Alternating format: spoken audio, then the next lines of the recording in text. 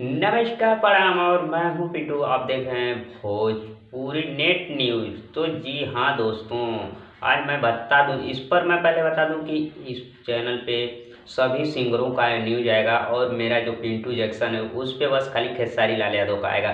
तो जी हाँ, बता दूं कि आज मैं बात करने वाला हूँ उपेंद्र लाल यादव के बारे में, जो कि बड़ा दुखेला करिए। हाँ, एक गाना जो लाडो म्यूजिक से लॉन्च हुआ था, लगभग उसका 400 के से पार हो चुका है व्यूज। आज के डेट में 400 के से पार हो चुका है व्यूज।